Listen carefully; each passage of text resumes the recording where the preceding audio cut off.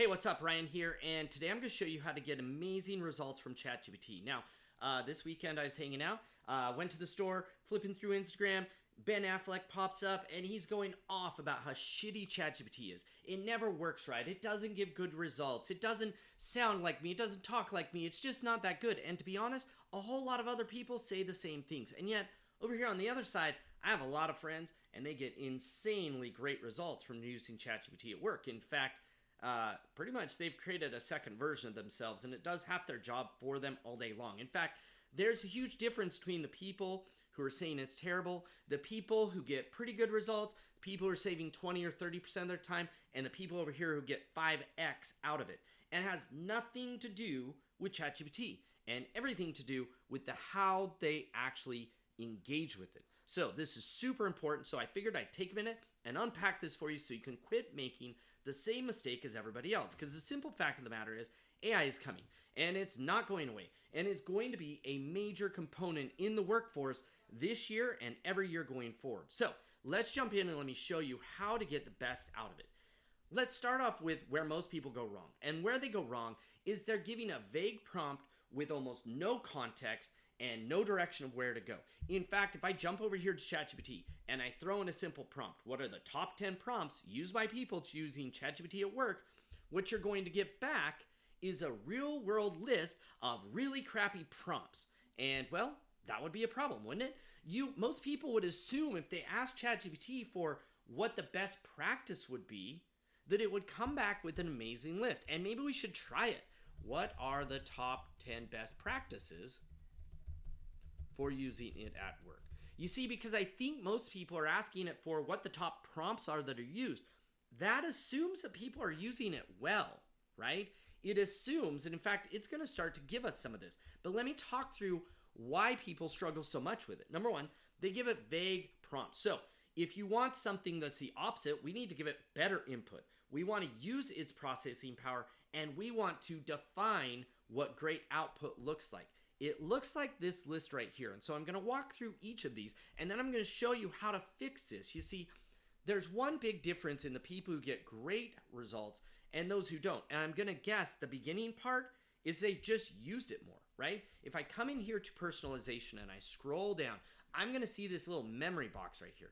What this means is that those of us who powered through all the AI garbage and slop and just kept using it over and over again, well, our ChatGPT became smarter. And it's not smarter because our model is better. It's smarter because it knows more about us. We simply used it over and over and over again. And when it came back with the wrong answer, we told it to fix it. We fed it hours and hours and hundreds of hours of us talking to it and telling it what we did for work and how we did it and examples. And we fed it everything about our jobs. Because of that, it has a massive amount of memory about us, and yours doesn't. Now, there's a problem with this concept, and the AI guys are all telling you, look, if you just keep using it, pretty soon it will work good. The problem is that means you're going to have to deal with a lot of crap to begin with.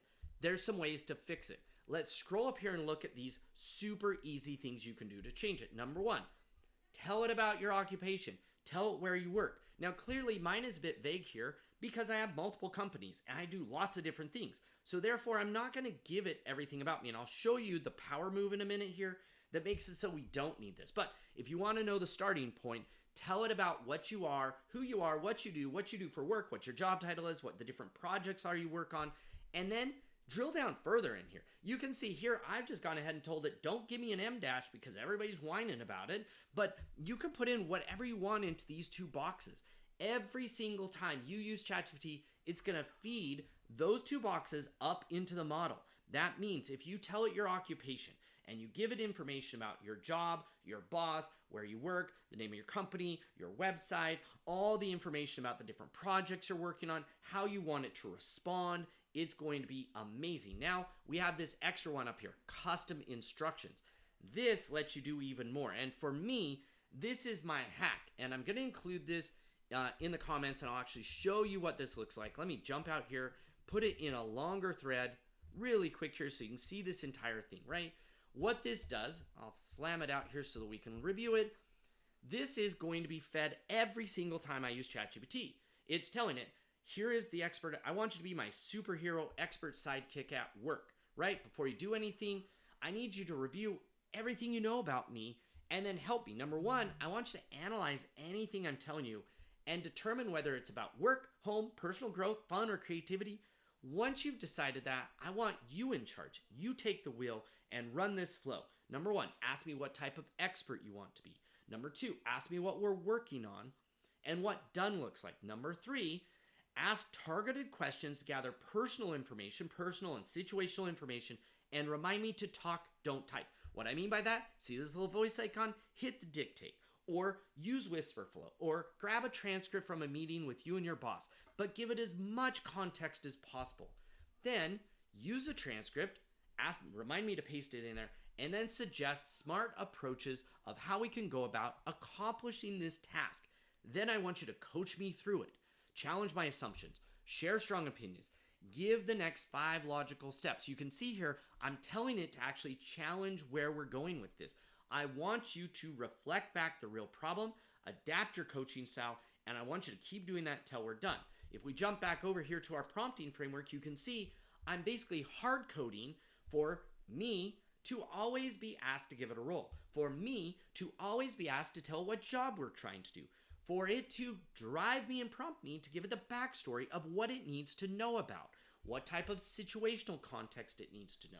Then I hope it will give me or request an output framework, a voice, and collaborate with me. Now, that said, that is the easiest way to level up your use of ChatGPT. Literally, if you're going to do nothing else, just go over to personalization, put in your occupation, put in more information about you, tell it what you do for work, where you work, who you work for, what projects you work on, and then drop in these custom instructions so that every time that you fire up a new prompt, it reminds you that you need to give it more information, that you need to go through and collaborate with it, that you need to define the role, give it a job or project to do, give it some backstory knowledge, give it situational context, and then clearly these ones, give it an output template and a voice. This is what great collaboration looks like. Now, you want to know how I hack this over? Well, I don't depend on the memory, and I don't even depend on these personalization settings because I use these folders. You see, when people see these folders, they think this means, hey, just a way to keep my chats organized in different areas. And yes, that is what it will do, but that's not what makes them so powerful. What makes them so powerful is that you can give it a new set of instructions for this one project area and a new set of knowledge base files. You see, every single type of thing I do at work, I have a project folder for it. And what do I do in that project folder? Well, I do these same 7 things. Wait, here we are. I do these same 7 things. I give it a specific role to play in that project folder. I give it a specific job and project we're working on. I give it knowledge base files with my backstory. I give it situational context, meaning when I'm in the chat, I actually tell it what I'm doing that specific instant. I give it an output template of how I want things to work, a voice, and I define the collaborative flow. If I look at this really quick, you can see as we look through these files, these are transcripts of my past webinars. This is a knowledge base about how I solve problems. Here's a template for my ebooks. Here's a writing framework for any marketing I do. Here's my voice document for how I want it to sound like me. There's more knowledge base pieces in here. You see everything in here defines. Here's even the personas of who we help and how we help them.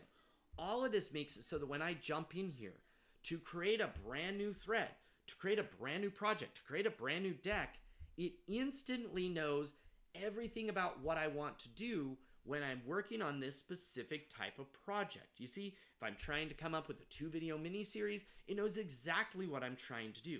And that right there is the secret hack for how to get better results out of this. So, that's your takeaway. If you want better results, if you want better output, you need to give it better input.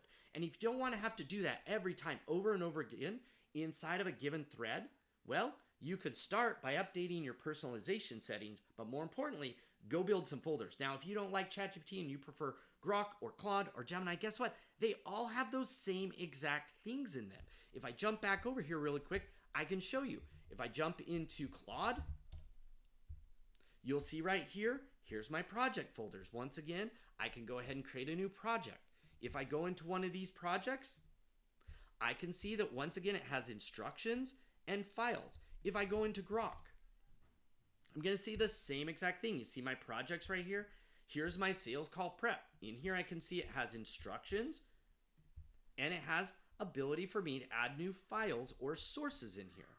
If I jump into Gemini, you'll see the same exact thing, only they call them gems. If I jump into one of my gems here, you're going to see inside of this gem, let me go ahead and edit it.